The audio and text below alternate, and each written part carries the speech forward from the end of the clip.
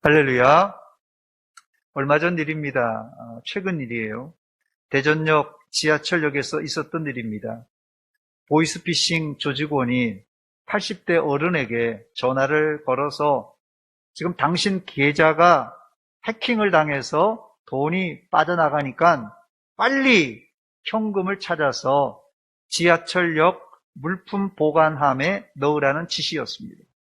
이 80대 노인은 너무나 충격적이고 두려워서 즉시 은행으로 달려가 자기의 전 재산 2,600만 원을 찾아서 곧바로 지하철역 물품 보관소에 넣으려고 했습니다. 이것을 멀리서 지켜보던 영무원이 이상하다고 생각하고는 경찰에 신고하여 다행히 보이스피싱 사고를 막았다고 합니다. 이럴 때 우리는 영무원의 눈을 내 눈이라 이렇게 말합니다. 이 내라는 것은 인간보다 4배에서 많게는 8배 시야가 좋다고 합니다. 영무원이 시력이 좋아서가 아니라 저는 관심이라고 생각합니다. 대전역 지하철역에 사람이 얼마나 많이 왕래하겠습니까? 아무도 그 노인에게 눈길 하나 주지 않았지만 이 영무원은 관심을 가지고 지켜보았을 때 사고를 막을 수가 있었습니다. 나태주 시인이 지은 풀꽃이라는 시가 있습니다. 자세히 보아야 예쁘다. 오래 보아야 사랑스럽다. 너도 그렇다. 자세히 보아야 예쁘다. 오래 보아야 사랑스럽다. 너도 그렇다. 지나가다가 흔하게 볼 수 있는 풀꽃, 아무도 주의를 기울이지 않지만 시인은 자세하게 오래 관찰하면서 풀꽃의 진가를 알아차린 것입니다. 시인의 눈은 관심이고 사랑입니다. 오늘 우리는 공동의회를 속회하여서 2차 투표를 통하여 장로 선출을 하고 있습니다. 여러분은 내 눈, 시인의 눈을 넘어서 하나님의 눈으로 살펴서 좋은 일꾼을 선출하시기를 바랍니다. 첫 번째, 오늘 본문엔 다윗이 사울 왕의 수금 타는 자로 발탁됩니다. 사울 왕은 이스라엘의 제1대 왕으로 처음엔 겸손하게 국정을 잘 수행했던, 또 전쟁에 나가서도 백전백승하는 용장이었어요. 그러나 시간이 지나가면서 사울 왕은 교만하여서 사무엘 선지자가 전하는 하나님의 말씀을 버리고 제멋대로 행동했습니다. 결국 성령 충만하여 예언까지 했던 사울 왕은 성령님은 떠나시고 악신이 들어서 말 그대로 미쳐버립니다. 본문 14절입니다. 여호와의 영이 사울에게서 떠나고 여호와께서 부리시는 악령이 그를 번뇌하게 한지라 그랬어요. 결국 사울 왕의 신하들은 사울 왕의 고통을 해소하기 위해서 대안을 제시하는데 수금을 잘 타는 사람을 구해서 연주하게 한 것입니다. 한 가지 아쉬움은 신하들이 사울 왕을 선지자 사무엘에게 데려가서 악령을 쫓아내게 해주든지 아니면 근본적인 치료를 위해서 사울 왕이 지은 죄를 회개시키고 하나님께 용서를 받게 했어야 되는데 사울 왕의 신하들은 수금 타는 자를 불러서 임시 방편으로만 치료했습니다. 그런데 문제는 아무나 수금을 탄다고 악령이 쫓겨나는 것은 아닙니다. 그래서 사울의 신하 중에 젊은 신하가 다윗을 추천합니다. 본문 18절 말씀에 나오는데요. 소년 중 한 사람이 대답하여 이르되 내가 베들레헴 사람 이새의 아들을 본즉 수금을 탈 줄 알고 용기와 무용과 구변이 있는 준수한 자라 여호와께서 그와 함께 계시더이다 라고 하면서 다윗을 추천합니다. 여기 보면 사울의 신하는 다윗을 정확하게 보고 알았습니다. 내가 베들레헴 사람 이새의 아들을 본즉 수금을 탈 줄 알고 용기와 무용과 구변이 있는 준수한 자고 또 하나님께서 그와 함께하던 자입니다. 이렇게 추천한 것입니다. 어떻게 이 신하는 다윗의 진가를 정확하게 알았던 것입니다. 저는 다윗도 훌륭하지만 다윗을 추천한 성경에는 이름도 나오지 않습니다. 성경에 이름은 안 나오지만 이 신하도 대단하다고 생각합니다. 사실 사람을 왕 앞에 추천하는 일은 이게 쉽지가 않습니다. 만약 사울 왕이 지금 악령이 들어서 즉 고통받을 때 자기가 추천한 다윗이 수금을 타는데도 악령이 물러가지 않는다면 다윗은 물론이거니와 아마 추천한 사람의 신하의 목도 잘릴 것입니다. 그런데 이 신하는 자신 있게 다윗을 사울 왕에게 추천합니다. 저는 이 신하가 내 눈을 가진, 아니 하나님의 눈을 가진 사람이라고 생각합니다. 다윗은 베들레헴 시골에서 양을 치는 목동이었지만 하나님을 믿는 믿음을 가지고 자기 일에 충실했던 사람이었습니다. 그렇습니다. 시골에 묻혀 있지만 준비된 사람은 언젠가는 하나님께 쓰임받습니다. 저는 그래서 이번에 후보로 나오지 않은 사람들 중에서도 심지어는 오늘 피택되지 않은 사람 가운데서도 하나님이 준비해 놓은 사람이 있을 것이라고 생각합니다. 두 번째, 그렇다면 다윗은 무엇을 위해 준비된 사람입니까? 다윗은 무엇을 위해 준비된 사람입니까? 그는 아버지의 양을 치면서 목동의 일을 잘 감당하기 위해서 준비된 사람입니다. 다윗이 결코 왕이 되기 위해서 준비된 사람이 아닙니다. 다시 본문 18절입니다. 소년 중 한 사람이 대답하여 이르되 내가 베들레헴 사람 이새의 아들을 본즉 수금을 탈 줄 알고 용기와 무용과 구변이 있는 준수한 자라 여호와께서 그와 함께 계시더이다 했습니다. 여기 보면 다윗은 네 가지로 준비된 목동이었습니다. 첫 번째로는 수금을 탈 줄 알았습니다. 수금과 양을 치는 것이 별 상관이 없어 보입니다. 악기를 연주하는 거와 이게 양을 치는 게 무슨 상관이 있나 생각할 수 있지만 수금과 목양은 매우 밀접한 관계가 있습니다. 제가 자료 동영상을 하나 준비했는데 준비됐습니까? 예, 한번 보여주시기 바랍니다. 미국의 한 들판입니다. 농부가 지금 트럼펫을 연주하네요.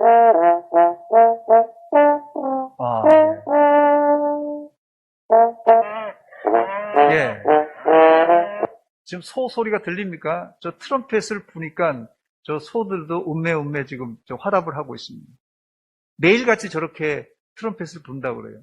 그러니까 소들이 초장에서 풀을 뜯고 있다가 이제 저녁 시간에 불러 모을 때 트럼펫 하나 불면은 그렇게 다 온다고 합니다. 음악이 사람의 정서에 영향을 미치고 찬양이 성도의 믿음에 감동을 준다는 사실은 이미 학계에서도 일반 학계에서도 다 알려진 사실입니다. 그런데 놀라운 사실은 음악이 동물에게도 좋은 영향을 미칩니다. 다윗의 양 떼는 하나님을 찬양하는 다윗의 수금 소리를 매일 듣고 자랐을 것입니다. 아마도 어떤 목동이 기르는 양보다 온순하고 건강하게 잘 컸을 것입니다. 두 번째, 다윗은 좋은 목동이 되기 위해서 용기와 무용을 갖추었습니다. 이 무용이라는 뜻은 전쟁에 나가 싸울 수 있는 무예와 용맹이 있다는 뜻입니다. 이 무용이 있다는 것은 무예와 용맹이 있다는 뜻입니다. 다윗의 친구가 다윗이 아직도 어려서 한 번도 전쟁터에 나가 싸운 적이 없는데 어떻게 전쟁에 나가 싸울 수 있는 무예와 용기가 있는 전사인 줄 알았겠습니까? 거기에 대한 근거는 다윗의 말과 경험 속에서 찾아볼 수 있습니다. 다윗이 아버지의 심부름으로 지금 형들은 전쟁터에 나가 있습니다. 그래서 전쟁터에 나간 아들들이 이제 궁금하니까 막내를 시켜서 도시락 배달을 합니다. 소식도 가져오고 음식도 전달해줘라. 그래서 전쟁터에 있는 형을 방문하게 되는데 전쟁터에 가보니까 거기서 다윗은 하나님의 군대를 깔보고 하나님의 군대를 저주하는 이 거인 골리앗을 거기서 보게 됩니다. 다들 거인 골리앗 앞에서 벌벌벌 떨고 있을 때 다윗은 당당하게 사울 왕을 찾아가서 내가 저놈을 죽이겠습니다. 이렇게 자원합니다. 그러면서 다윗은 사울 왕에게 이게 조그만 아이가 와서 저 거인을 죽인다 그러니까 믿어지지가 않는 거예요. 그래서 다윗이 사울 왕에게 이런 얘기를 합니다. 사무엘상 17장 34절과 35절입니다. 주의 종이 아버지의 양을 지킬 때 사자나 곰이, 보통 저기가 아니에요. 사자나 곰이 와서 양떼에서 새끼를 물어가면 어떻게 한다고요? 내가 따라가서 그것을 치고 그 입에서 새끼를 건져냈고 그것이 일어나 나를 해하고자 하면 내가 그 수염을 잡고 그것을 쳐 죽였나이다. 여러분, 3000년 전에 유대 광야에서 일어난 사건이지만 지금 이 다윗의 말만 들어봐도 생생하게 그 당시에 얼마나 정말 위급한 상황인지를 느낄 수 있는 구절입니다. 어린 다윗이 들판에서 자기의 양을 치고 있을 때 사자와 곰이에요. 그냥 이리 늑대 정도가 아닙니다. 사자와 곰이 이 새끼 양을 물어갈 때 그 새끼 양의 입에서 이 맹수의 입에서 새끼 양을 구해냈다는 것입니다. 여러분, 맹수가, 사자가, 곰이 이 새끼 양을 물어가는데 호락호락 그 양을 내주겠습니까? 아마도 양을 구하기 위해서 다윗은 맹수들과 혈투를 벌였을 것입니다. 이런 과정에서 다윗은 아마도 사자나 곰의 발톱에 핥힌 자국이 있을지도 모릅니다. 바로 이런 혈투 장면을 다윗을 추천한 이 신하가 보았든지 아니면 그 이야기를 다윗에게 들었을 것입니다. 그래서 다윗을 바로 사울 왕에게 이 사람은 용기와 무용이 있는 자라고 자신에게 추천했던 것입니다. 세 번째, 다윗은 구변이 좋고 얼굴도 잘생긴 사람입니다. 여기 성경에 준수한 자라는 말이 나오는데 이 준수한 자를 영어 성경에는 핸섬이라 이렇게 번역해 놓았습니다. 남자가 핸섬하다라는 말은 잘생겼다는 말입니다. 또 구변이 있다는 말은 다윗이 사울 왕 앞에서 한 말과 또 골리앗 앞에서 한 말을 우리가 살펴보면 충분히 이해할 수가 있습니다. 다윗은 말을 잘한 것도 있지만 그의 말은 곧 하나님에 대한 신앙의 고백이었어요. 또 그의 말이 어떻게 됐습니까? 그의 말이 고스란히 성경에 기록되는 하나님의 말씀이 됩니다. 여러분 놀랍지 않습니까? 구변이 좋다는 말은 말을 잘한다는 의미를 넘어서서 말 한마디 한마디가 하나님의 마음에 맞는 신앙의 고백이 되었던 것입니다. 마지막 네 번째로 다윗은 하나님이 함께하는 자였습니다. 다시 의문이 드는 것은 다윗을 추천한 친구는 과연 무엇을 보고 하나님이 다윗과 함께 하셨습니다. 함께 하십니다. 이렇게 추천할 수 있었던 것입니다. 사람은 자기가 아는 만큼 보이는 것입니다. 내가 아는 만큼 보이는 것이에요. 일반적으로 처음 보는 사람을 평가할 때 신원서판을 봅니다. 신원서판. 첫째는 뭐라고요? 풍채를 봅니다. 두 번째는 그 사람이 하는 말을 들어봅니다. 세 번째는 그 사람이 하는 글씨를 봅니다. 이제 붓글씨를 쓰는 필체도 보지만 그 글 내용이 뭔가를 판단하는 것이에요. 그다음 네 번째는 이 사람이 어떤 판단력을 가졌는가 신원서판을 봅니다. 이 정도 네 가지만 보더라도 어느 정도 사람 됨됨이를 알 수 있습니다. 그러나 이것으로는 사람의 영적인 상태, 신앙의 상태를 알기에는 역부족입니다. 영의 사람이 영의 사람을 알아보듯이 성령 충만한 사람이 성령 충만한 사람을 알아보는 법입니다. 그러므로 다윗을 추천한 신하도 성령 충만한 하나님이 함께한 사람이었음에 틀림이 없습니다. 구소련 공산당 서기장이었던 니키타 후르쇼프, 저는 어릴 적에 후르시초프라 이렇게 들었는데 후르초프가 사전적인 거라고요. 예, 후르시초프, 아마 어른들은 아마 후르시초프라고 알 텐데 시자가 SH 발음이 무음인 것 같아요. 후르초프입니다. 이 니키타 후르초프가 한 미술관에서 유명한 화가의 추상화를 관람합니다. 그리고는 나오면서 하는 말이 뭐냐면, 아이고 당나귀가 제 꼬리로 그렸어도 이보다 낫겠다, 이런 감상평을 남겼습니다. 무식의 극치를 보여주는 말입니다. 그림을 알지 못하는 사람은 추상화 속에 담긴 의미를 알 수 없는 법입니다. 그렇습니다. 사람의 평가는 자기가 아는 만큼 내릴 수 있습니다. 예술을 알지 못하는 문외한이 예술 작품을 보고 함부로 평가할 수 없듯이 영의 세계를 모르는 사람이 저 사람이 귀신 들렸는지 저 사람이 성령 충만한지 모르는 거예요. 즉 다윗을 소개한 신하는 사람을 꿰뚫어 보는 눈과 함께 하나님을 경험한 사람입니다. 앞에서 제가 나태주 시인의 풀꽃이라는 시를 소개했는데 들판에 나가보시기 바랍니다. 들판에 나가면 천지가 이름 모를 풀들로 가득 차 있습니다. 그런데 여러분, 내가 이름을 모를 뿐이지 풀들은 제각기 특징과 이름을 다 가지고 있습니다. 공동의회를 지금 치르고 있는데 후보자들을 여러분들이 아마 모르는 후보자 있을 거예요. 10명의 후보자 중에 잘 모르는 사람이 있을지 모릅니다. 그래서 이번에 나온 후보자들이 들풀처럼 보일 거예요. 들꽃처럼 보일 것입니다. 그런 사람들은.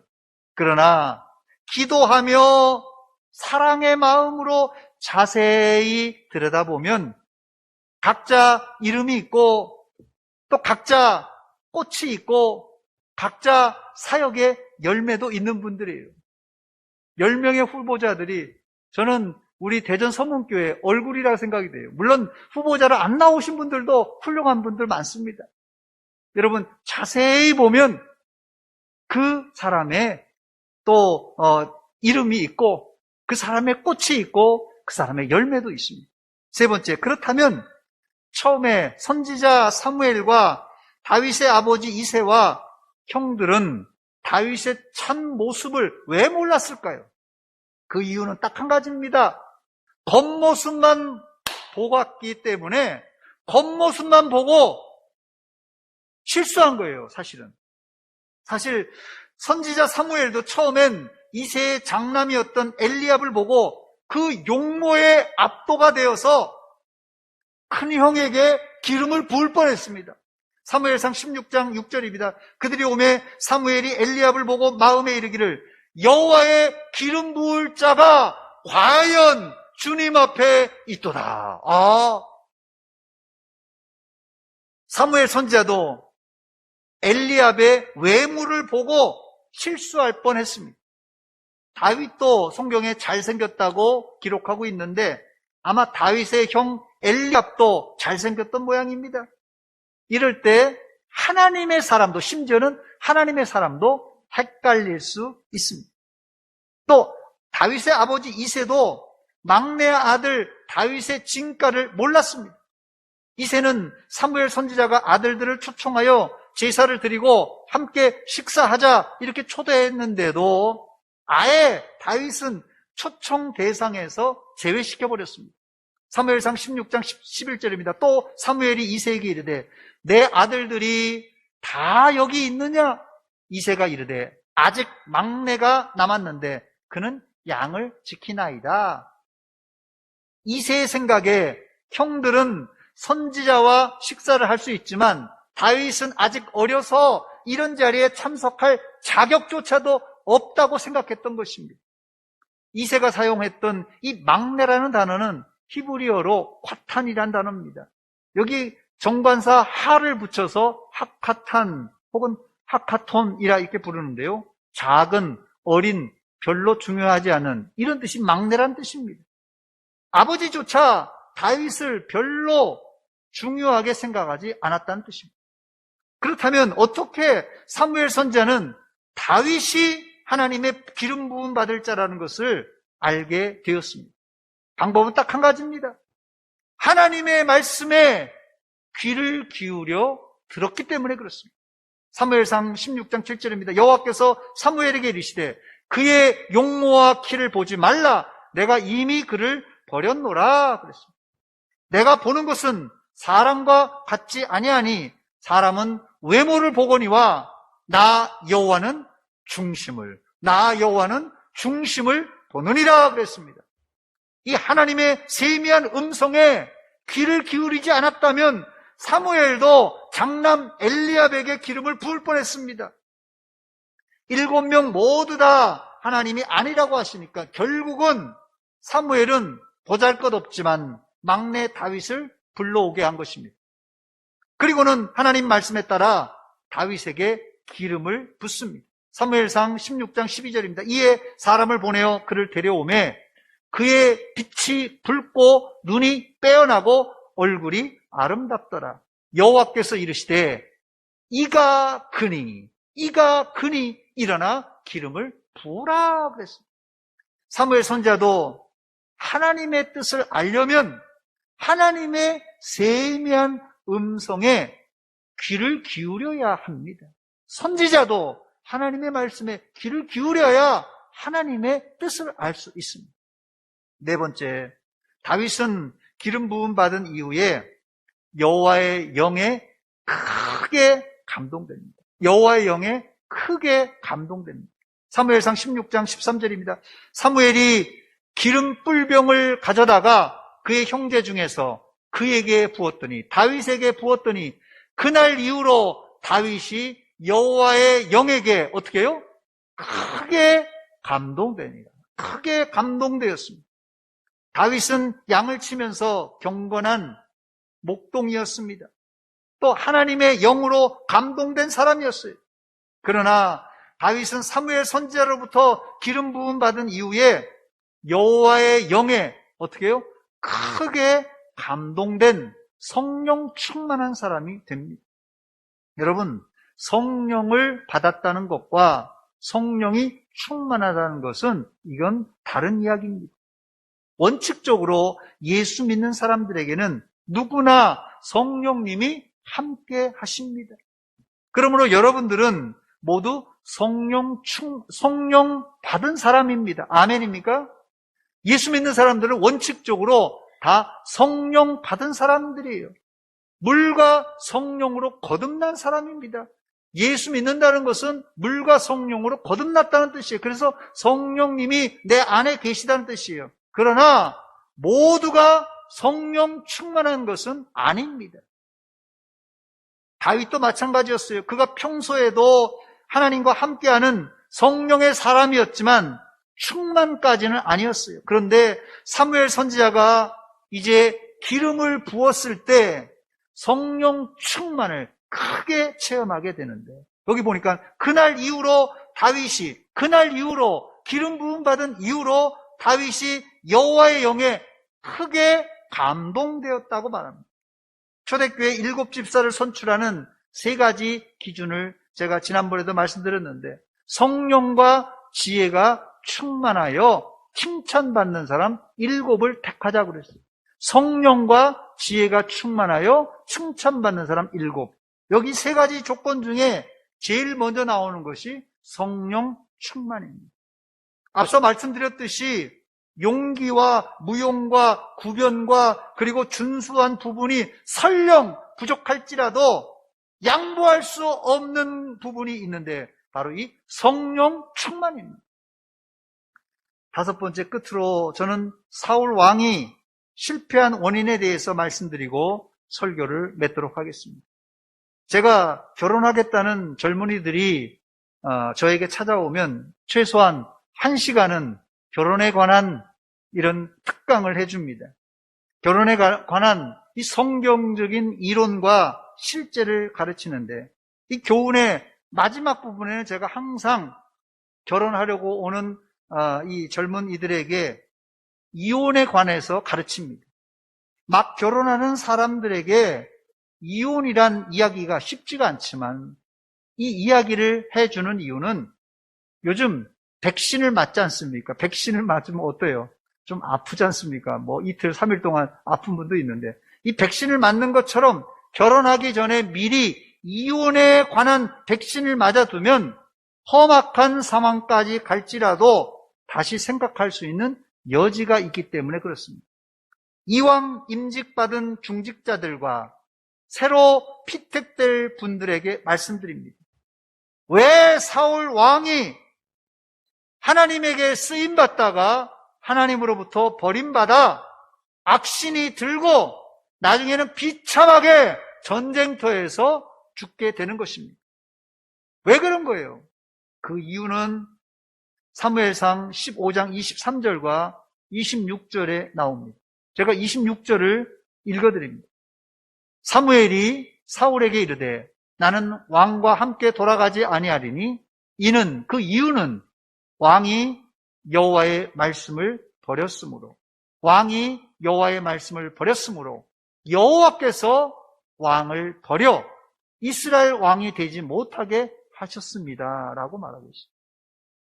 사울 왕이 하나님의 말씀을 버림으로 하나님도 사울 왕을 버려서 왕이 되지 못하게 하신 것입니다. 이 말씀의 배경은 사울이 아말렉과의 전투를 하기 전에 사무엘 선지자를 통하여서 이런 이야기를 듣습니다. 남녀와 소아와 젖먹는 아이와 우양과 낙타와 나귀를 죽이라 그랬어요. 사무엘상 15장 3절에 나온 얘기입니다. 죽이라 그랬어요.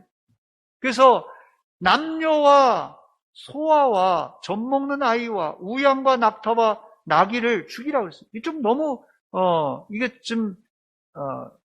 이게 잔인한 그런 명령입니다. 그러나 하나님의 말씀이에요. 이 말씀을 전쟁하기 전에 이미 들었습니다. 그러나 사울은 아말렉 왕 아각과 그의 양과 소의 가장 좋은 것은 남기고 가치 없고 하찮은 것만 진멸했습니다. 하나님의 말씀을 자기 입맛대로 지킨 것입니다. 이것을 우리는 50% 순종이라고 하지 않고 불순종입니다. 다시 말씀드립니다. 이것은 50% 순종이 아니라 불순종입니다. 성경에 나온 표현으로 보면 하나님의 말씀을 버리고 하나님을 버린 것입니다. 하나님의 말씀을 버린 것이 곧 하나님을 버린 행위예요. 사울이 아무리 싸움에 유능하고 백전백승한 왕일지라도 하나님의 말씀을 저버린 이후에 하나님은 그를 버렸고 그에게 악령이 들어서 번뇌할 수밖에 없었던 것입니다. 그리고는 나중에 전쟁터에 나가서 자기 아들과 함께 죽임을 당합니다. 한 나라의 왕이 이렇게 비참하게 죽는 이유가 무엇입니까?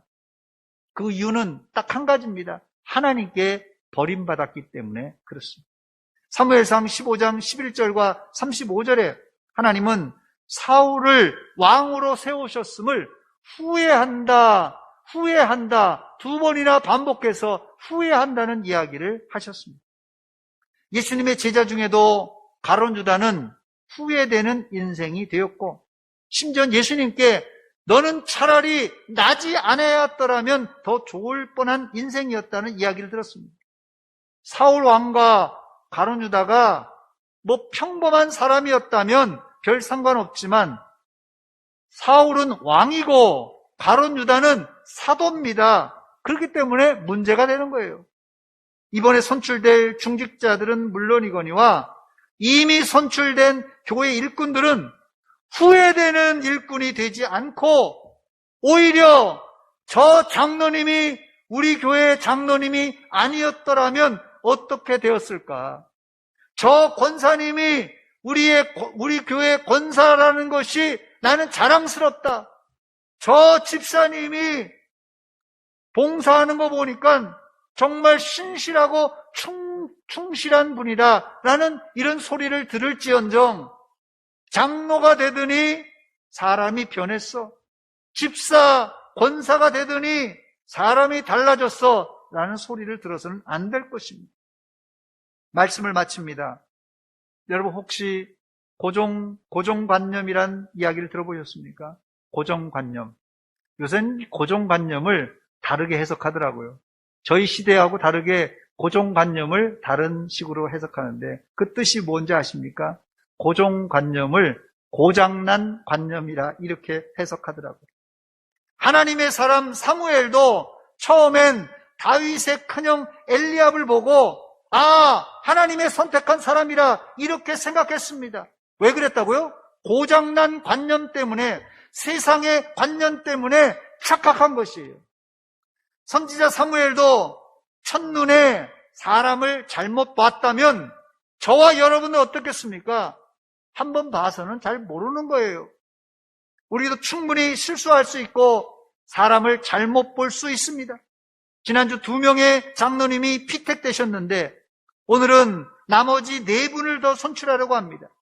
이 일에 우리의 고정관념을 버리고 사무엘 선지자처럼 세상의 눈이 아니라 하나님의 눈으로 좋은 일꾼들을 선출하시길 바랍니다.